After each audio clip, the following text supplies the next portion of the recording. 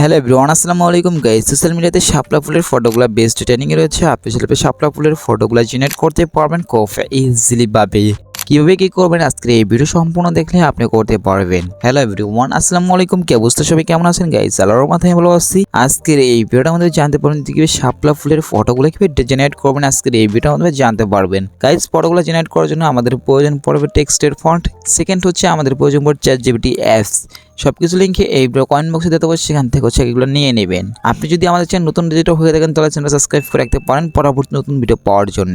আর যারা already subscribe করেন তাদেরকে অসংখ্য ধন্যবাদ। I love you so much. Well everyone, আসসালামু আলাইকুম গাইস। প্রথম ফার্স্টে বলে গেছে এখান থেকে আমরা চ্যাটজিপিটি অ্যাপসটাকে ওপেন করব। তারপর এখান থেকে প্লাস মধ্যে আমরা ক্লিক করে দিবেন। তারপর ফটোতে ক্লিক করব।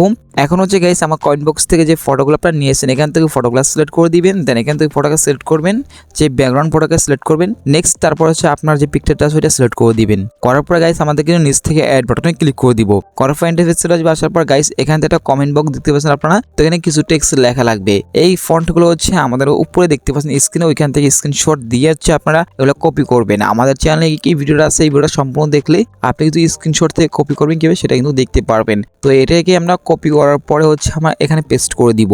এখন হচ্ছে গাইস এখানে আমরা সেন্ড আইকনে ক্লিক করব।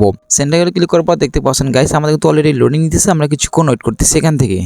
তো গাইস দেখতে পাচ্ছেন কিছুক্ষণ ওয়েট করার পর পিকচারটা এসে পড়ে। দেখতে পাচ্ছেন কতটা সুন্দর, কতটা ইউনিক সেটা কিন্তু দেখতেই পাচ্ছেন। জাস্ট এখানে পিকচারের উপর আমরা ক্লিক করব।